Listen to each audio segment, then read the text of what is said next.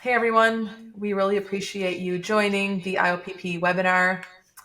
And we have a few questions that came out of the webinar that we wanted to address because we didn't get enough time at the end. And so here we are. I'm just going to run through the questions with Daniel and Kelly and get those answers you're looking for. So we're going to get right into it. Question number 1. Regarding PLA compostability, it has been my experience that it doesn't break down in the window compost facilities have or in home composting. The bench chemistry compostability test does not correlate well with in dirt compostability. Do you have any comments, Kelly? Yes, and what he meant to type, and it probably auto-corrected him, is it's not window, it's windrow with an R. Okay. And there's three primary types of industrial compost. There's what's called windrow, which looks like a long, like just a domed mound that runs like a linear length, and there's a machine that turns it a couple of times during it. So that's a particular type. It's an older type. You generally find it in the central Midwestern states. So I understand it. And then there's a static pile, and then what's called a covered, heated, circulated pile called a Gore process. So windrows are notoriously more challenging, not only for bioplastics, even for paper sometimes, because there's so moisture. A lot of this breakdown process is moisture dependent. In fact, I had a composter tell me that industrial compost facilities are basically managed dehydrators. So in those more arid Midwestern states, they don't always get enough moisture in it. So the breakdown can be more problematic depending on the mix. So I understand what they're saying about windrow, but over 50% of the manufactured compost in the United States comes from the newer process called the Gore process or covered pile. It's a hotter, shorter process, and it eats bioplastics like PLA really, really well.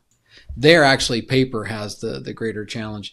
So I understand what he's saying. And when he says in dirt, what he means is in field. So Okay. yes, the BPI certification schema, the ASTM test method, ASTM D6400, is a wonderful test for demonstrating that your material is in fact earth digestible, meaning Okay. it does convert to organic CO2. But that test was designed well before even the modern day tech. So there is a difference between that test and the field testing, which is why we have field testing options out there now, like the CMA, Compost Manufacturers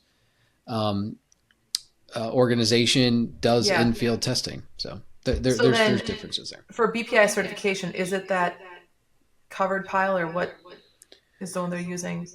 BPI uses ASTM D6400, which is basically it uses mature compost for the process of biodegradation and disintegration. But when you go to CMA, for example, for field testing, which I think is what he means, or he or she means by in dirt, they do it in all three primary technologies: Gore, Okay. uncovered pile, and windrow. Okay. So you'll know how your material behaves in each of those. In all. Okay. Mm-hmm. That sounds good. And then, Kelly, what are the alternative options for fish boxes to meet refrigeration requirements?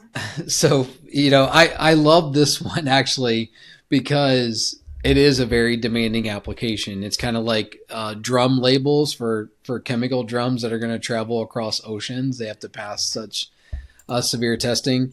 But look, what is a fossil plastic? It is cellulose that's gone through millions of years of hornification and hydrophobicity. So they reject water completely. So if you're trying to replace fossil plastics that reject water completely with a natural material that still has oxygen in the backbone, the water part does become more challenging. But I think what's important to note here is the material science is not the limiting factor in packaging design. It's really what's holding large brands back from commercializing. So when I look at things like fish boxes, there's 2 or 3 ways to approach it, but there has to be some market pull to employ it. So I feel like any of these things are now, if you would have asked me this 7 years ago, I would have said, yeah, maybe not, because moisture is part of the compostability breakdown process. Yeah. But man, I'm seeing things now that you really can control the water holdout and moisture vapor and oxygen for that matter in these materials. So I think for the fish box, there just needs to be a market pull to develop it, in What my would be opinion. the refrigeration question? Well, you're just holding stuff that's going to be frozen, it's going to condense, there's going to be a lot of Okay. temperature extremes, water direct contact extremes. And look, what keeps PLA from being generally considered home compostable is you have this long chain. It's like the difference between sugar, a carbohydrate, a hemicellulose, and a tree is the Yeah. molecular weight. So PLA is a larger molecular weight that has to break down. So if you want to use a plastic that's sensitive to moisture, which all of them are, what molecular weight is enough to hold that type of condition from frozen fish going from, Yeah. Well, isn't yeah. it kind of brittle too? Doesn't it get brittle when it's refrigerated or frozen? I mean, a lot of plastics do, but some don't. They have additives and stuff. So like what's Yeah, PLA is known for its stiffness and brittleness as well. I think when I think here, this is where you're seeing the material science fusion between cellulosics and polymers, Mhm. meaning a polymer can be a polyethylene, a polypropylene, or it could be lactic acid polymerized into polylactic acid. And then you have cellulosics like nanocellulose. So where I'm seeing this coming is bringing these types of material systems together. You can pretty much engineer whatever you want. All right. Okay, so the third question is Danimer Scientific recently went bankrupt and was sold. Do you have any concerns on the future of the compostable and bio-based plastic materials in the near future or even further out? I know we covered a little bit of this even with the PCR about how the demand has to lead to kind of that market opening up and pricing being favorable and things like that. But maybe you want to say a little more. So PHA, if those that are listening don't know, it's polyhydroxyalkanoate. It's basically a polymer that's made in the fat cells of certain microorganisms when they consume specified foods like vegetable oils, etc. So PHA has all the distributed manufacturing benefits. It's everything digestible. It has all the right markings, zero carbon footprint. But it's a complex material to make. But even there, the science has come along that I've seen like, 4, 6 micron biaxially oriented PHA film. So, I mean, what we can do with it is not, again, what's holding it up. What's holding it up is Danimer, like most companies, we are relying too heavily on these large brands to pull us over the finish line when in reality they have so much perceived risk, real or perceived, but it's risk nonetheless, commercial risk. There's no such thing as in lieu of shelf life testing to know if your product's going to last a year in the wild. You kind of have to put it in the wild and watch it for a year. So Yeah. these things are really holding big brands back. And that's what killed Danimer. They were expecting these large brands to commercialize. And with California and EPRs, there's just so much confusion that if the commercialization doesn't happen, it can put those early adopters and pioneers into some tough places. And that's what happened to Danimer. Well, you need the large brands to invest in large volumes to make the options feasible for small brands, but you need the small brands to get in and invest to do the proof of concept. So it's sort of a goofy loop. Um, Mm-hmm. it seems like Daniel it even exists a little bit in your field as well, in PCR, and kind of creating that demand for PCR and making it more economical for everybody. Do you agree? Sure. I mean, I think from my perspective, I think what a lot of these companies are looking for that are developing these new compostable technologies or degradable or really sustainable, whether it's PCR, mechanically recycled, chemical recycled, it's just consistency from their customers. They want to know if a purchase order is a purchase order, it's a firm purchase order, and they're manufacturing for this quarter and next quarter and 2 years from now and building and really working alongside your supply chain partner. And it's really a partnership long term. Being benchmarked every quarter to what virgin prices are versus post consumer mechanically recycled or chemically recycled or PLA, or it's just not feasible. It's impossible to invest in the equipment to scale with the commitments these brands are openly committing to in the marketplace. And it's very challenging. And I've been on that side. I was mechanically recycling plastic. And where was our biggest downfall was the volatility benchmarked against non-recycled material, which it's not really in my prerogative, if I can say, because I'm not making non-recyclable materials. I'm meeting the requirements and commitments for my customers to continuously give them high quality recycled content at a fair market price, Yeah. and grow with them as their demand grows to multiple locations, multiple products, and multiple plants. And that just hasn't been the case in the last 5 years, unfortunately. So uh, for me, I think it's about consistency. Sustainability is not a quarter to quarter initiative. It's much longer than that.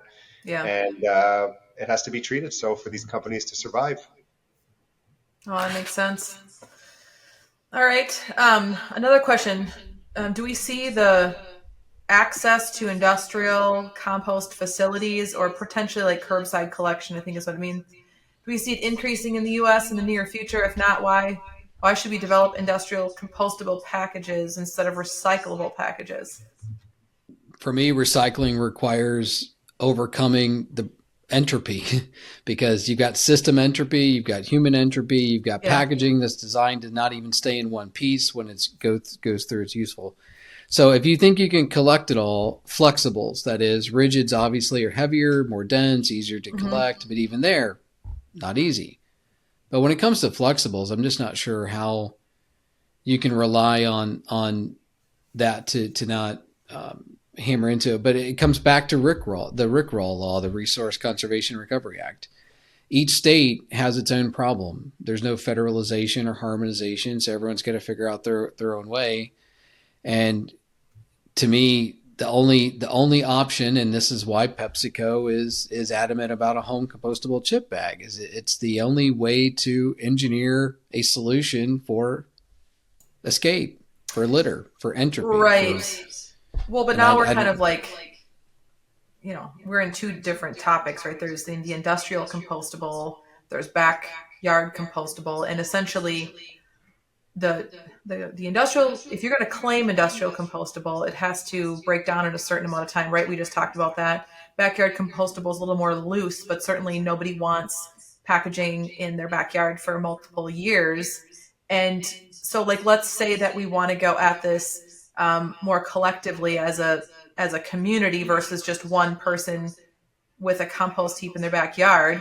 Industrial composting, like, do you see that becoming more accessible? Last I checked, it was like 3 to 5% of Americans have access to curbside collection of compostable packaging, compostable in general, right? Like compostable products, materials. Do you see those facilities expanding? I mean, when I look at EPR, I see it very focused on like recycling. I think there's a much simpler explanation. I mean, Seattle's been doing it. Minneapolis does a good job. California does a good job. Canada does a good job. It's being done. It works. But post-COVID, these municipalities don't have the staffing they had before COVID. Whether somebody there believes in it or not, it's a big task when it's on the state because of the Rickroll law. It's their responsibility. So within the EPR, there's money allocated to compost infrastructure. Okay. The biggest thing holding it back is in all of this is trust. What Daniel just said, we have a cascading layers of trust problem between POs and commitment, willing to do, will you buy it if I build it? There's just a lot of trust that's eroded holistically everywhere. And this is no different. So until composters can accept packaging and sell it to organic farmers, which is part of USDA's responsibility with the NOP, it's going to continue to be somewhat in a stalemate. But to me, the 120 out of over 5,000 that are taking packaging as industrial composters isn't the problem. We're not talking about the sheer number of community compost programs that are popping up all over North America, in the United States for sure, because there's no data on it. So I do see it happening.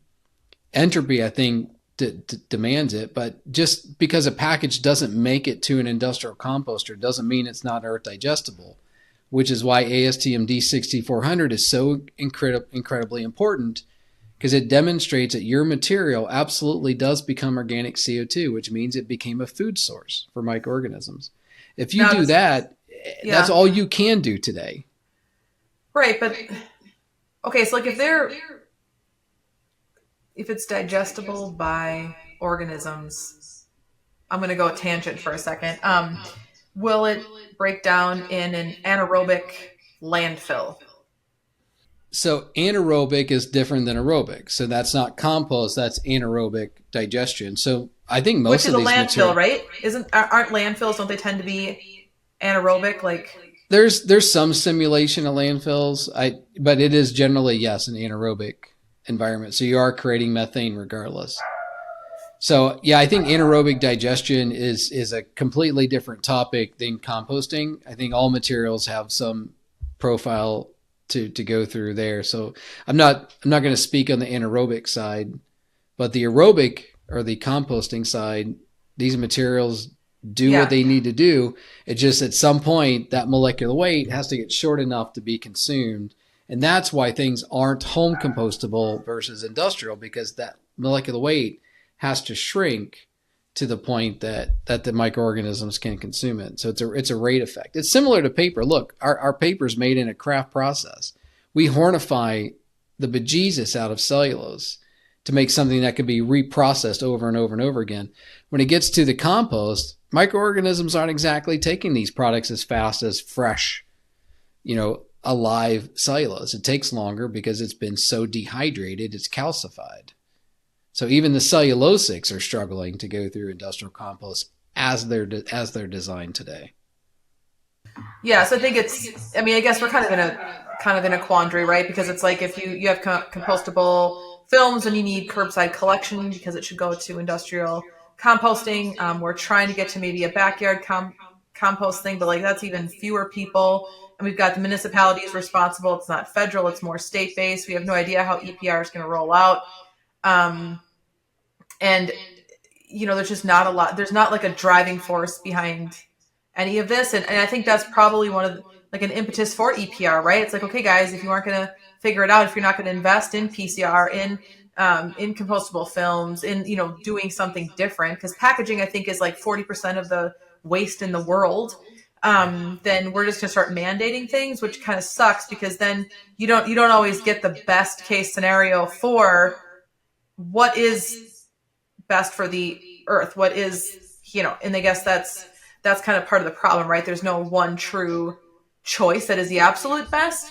But anyway, you just get everything so regulated that pretty soon you don't have the freedoms to even invest in R&D around new materials, right? Because if that new material, whatever it is, it doesn't decrease EPR fees, for example, then you're not going to be able to get R&D into that space, right? And so you even look at compostable films. I don't know how the fees are going to be laid out, and if the fees are such that it's more geared towards recycling versus composting, then are we going to get money, or are we going to get a focus on compostable materials?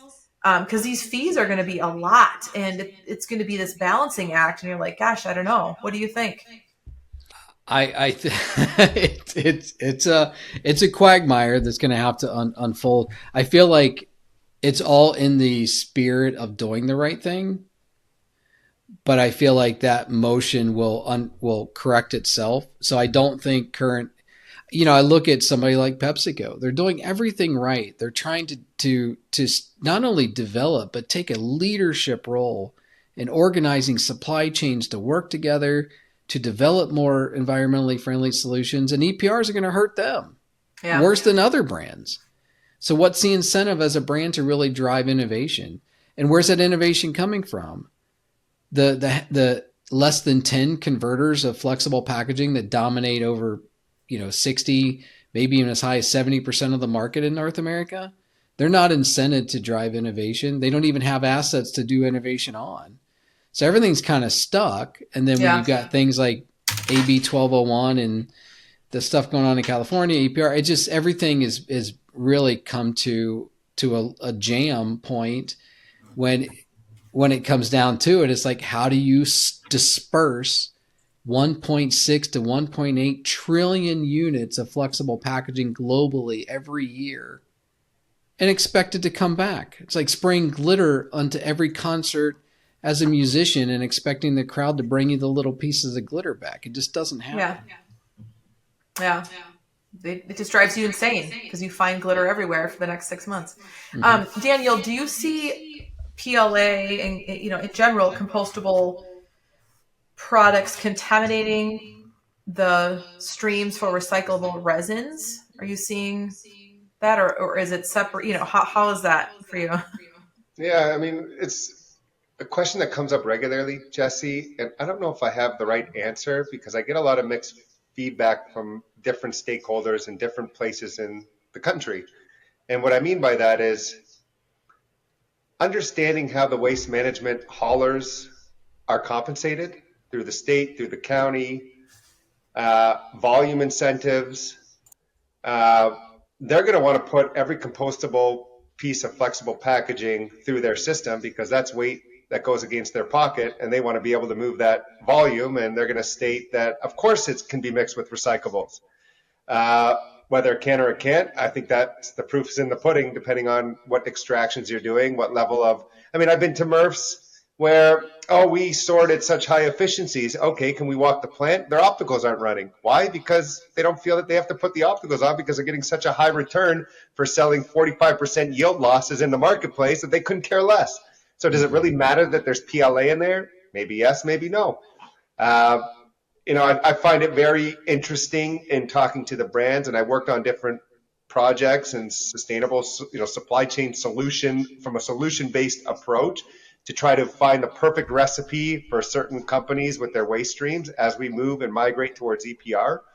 And it's amazing the level of cooperation I might have in one county or state versus the other for the same type of material that would meet the same desired or end result.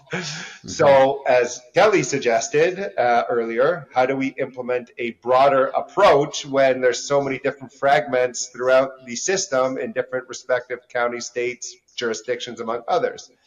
For me, my motivation is diversion from landfill and incineration. How can we get there? That's the $1 million question. And then whatever's left over, how do we make that material, I don't want to say disappear, but reintegrate into its natural environment? For me, I think EPR conceptually is the right move forward. But again, I think I said this on our last call, we can't point the fingers in one direction. We really have to start circulating that finger around to everybody. Yeah. So different pilots that I've worked on with some of the big box stores on bringing back some of their recyclables and having them take ownership at the site level, if you will, bailing on site.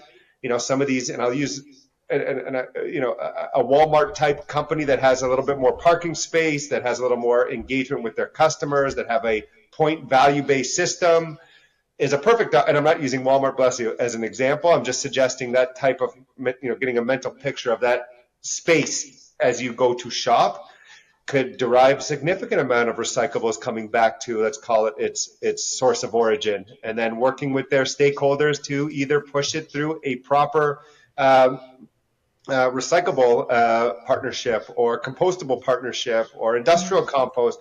Let them, and I'm not saying them as in the brand, but them collectively decide how to handle these larger volumes and set the precedent for certain jurisdictions and counties and communities and so forth. And there are NGOs out there that I work with and that I know well that try to implement this, but the problem is the pushback from the MRFs. Why? Because they're losing volume. And if they're losing volume, they're losing money. And if they're losing money, there's a big problem because sustainability isn't about sustainability. Sustainability is a path to making more money.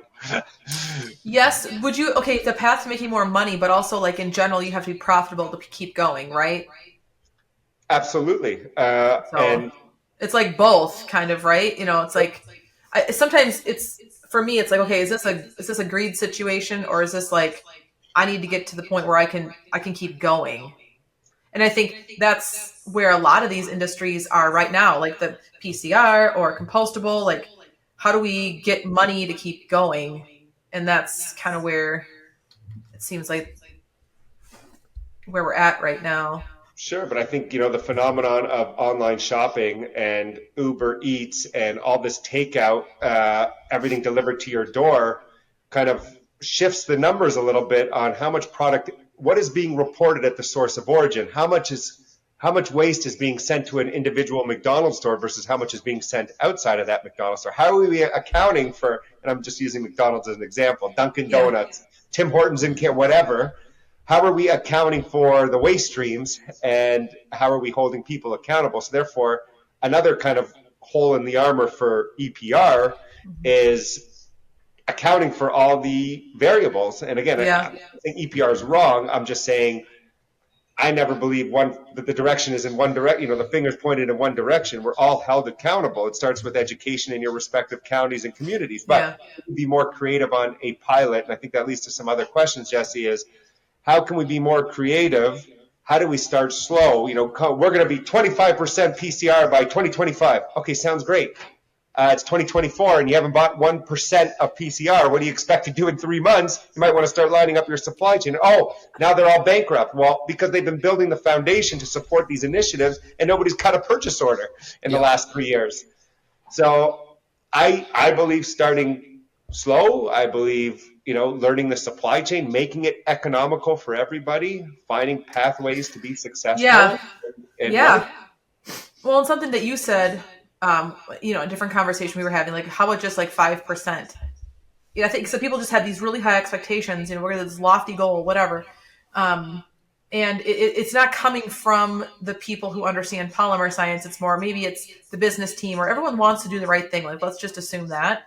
But 5% is even something. That is something. That is something that allows your operations to get a feel of, like, okay, what kind of between lot variability are we getting, and does it matter? Like, run with 5, run for 6 months, run through a whole season, run for a year with 5%, then see if you can get to 10, right? Like, or 7. I mean, whatever, but just start somewhere. And I think, yeah. And just to speak to that, Jessie, I worked with a pretty substantial company that tempered their goals. Realistically, it was more of a complicated product. They wanted to stick to a mechanically recycled product and grow with that and refine and improve over time.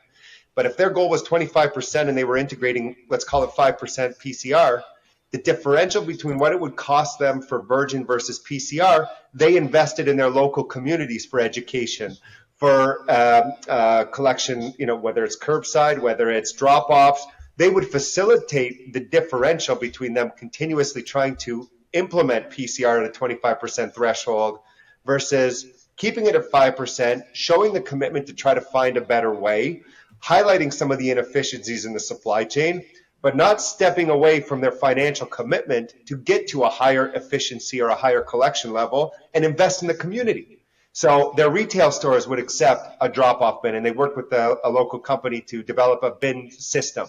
It would weigh the product. It would give them a rough number. Come and shop at our store. Here's 35 cents off. Thanks for dropping. Oh, wow, I got 35 cents for my waste. I just throw that in my garbage. That's fantastic. 35 cents, what does that really do at the end of it? But nonetheless, I did that 3 times in 1 week. Now I got $1. Okay, now I got $1. Let's go. It means something to people to track. Deposit sort of stuff, right? It's like more, but reverse. Not hitting that 25% threshold, but investing in the community gave them that opportunity. So there are ways for brands and companies and stakeholders and municipalities and everybody involved to be involved.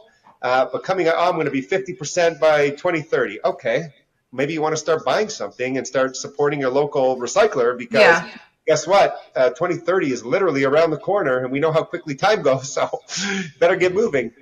Well, yeah, I mean, to your point, like, everything, I think one of the issues is that this whole thing, all the things hinge on the consumer and what the consumer does with the packaging, right? And so because it hinges on where the consumer puts the packaging,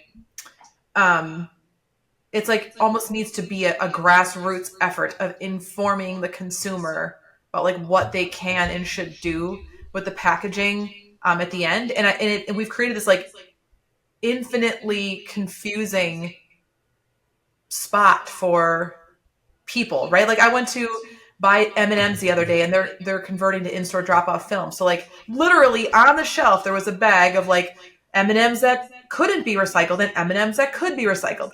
And so, I mean, obviously they're working through the volume, they're working through the product there, right? And they're doing a flow through instead of like throwing product away, which is great. But I'm just saying, like, to the consumer, they're like, they don't even know what's going on. And there's no like homeostasis, right? Like we're not going to reach a point where we're like, hey, once we get to over here, then we can like inform the consumer that this is the way it is now. So, And just anyway, it's an interesting, but like, again, like it's more of a grassroots thing of, hey, put signs, at stores, have collection points, or even put like our recycling bin has a sticker on it, like these are the numbers we take, and you're like, yeah, that would be so helpful. Like, why are we messing around with H2R tiles that say, check locally? Like, why don't we just put the number on there and then put a sticker on a garbage can, and that way like what you can and can't recycle. But no one asked me, obviously. I would say this, Jessie, some of the most recognizable fast food chain restaurants, some of them, if not most of them, don't even have recycling bins in their stores, but they were very quick to switch from plastic straws to paper straws to show their commitment to sustainability in the environment. Why not put a recycling bin in your store? Because every single cup is a PET thermoform. Or why not, obviously we care about the animals, we care about the environment, we care about everything, but how about putting some recycling bins in the store to start recycling? I mean, what am I missing here? Yeah. Well, and like to your point though, and everything gets contaminated, and so it's like, sure. How do you? So then don't put it. Then don't switch the straw. I don't know. All right. There's last question for Daniel. Can you talk a little bit about any pilot programs and integration of recycled content and what you're seeing that's successful? I mean, we did talk about starting at lower percentages. If maybe that feeds into that question a little bit, but if there's anything else you wanted to add. Yeah, I mean, from my experience, Jessie, it's working with the right stakeholders, staying committed to what we're trying to achieve. Again, not focusing quarter to quarter, but understanding that this is a little bit of a longer play. Forget the 25% by this specific date at this specific time, based on this achievement. Let's start small. Let's have some reasonable, attainable goals. Some of the projects we work on are some of your most recyclable materials, and some of the projects we work on are complicated, but it's finding the right stakeholders. There are so many small to medium-sized companies that have such tremendous capabilities that, everything is based on scale. And, the brands feel that we need to partner with somebody that has the same scale or capabilities that we do. That's not necessarily the case. I mean, it's amazing what some of the small to medium-sized companies can do from a volume perspective. And again, moving that needle, moving that threshold, starting somewhere, getting in the game and making a difference, I think is the most important thing for me. And those commitments long-term are wonderful, but they have to be attainable and we have to be held accountable. Yep, I agree. All right, that wraps up the questions, you guys. Anything else you wanted to add? I'll add one thing. Just remember, PLA is the most recyclable polymer on earth that we use today, because you can take it back to lactic acid in an Instant Pot in your kitchen. So I do think it has ubiquity, but I don't see it ever hitting mainstream. There's too many forces against that monomaterials usage. And to be quite honest, you just can't replace 3.5 million tons of dispatch between fossil and paper. You just can't fill it. So we have a decimal point problem in material science as well that we got to fill. And also, don't take PLA back to lactic acid in an Instant Pot in your kitchen, please. I haven't done it, but I know others that have. All right, everybody. Thanks for joining. Sounds good. Thanks. All right. Bye.